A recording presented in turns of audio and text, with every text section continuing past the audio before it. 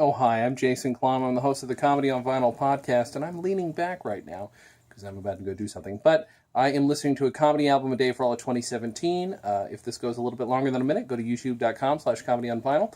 I just listened to the Fred Dagg Anthology by John Clarke. This was recommended by an upcoming guest to the Comedy on Vinyl podcast who is from New Zealand and picked a New Zealand artist. And we have a long discussion. We just did the podcast today. The guest is Reese Darby, and it should come out March 15th, and it was a ton of fun.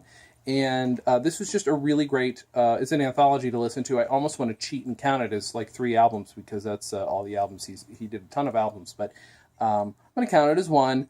But you guys should give it a listen. If you've never heard New Zealand comedy, Reese makes a very strong case for it, but it's a lot of fun. A lot of it's monologues from a point of view of this of a rural gentleman with a gift of gab, a lot of doublespeak and things like that, and I'm a particular lover of doublespeak.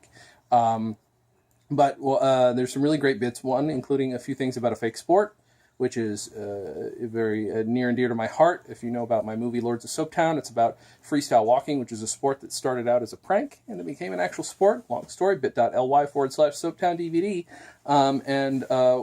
One of my favorite bits on there is where his rural character, is talking about philosophy and says that ennui is French for Henry, and says that every time you have ennui, it's called pulling a Henry.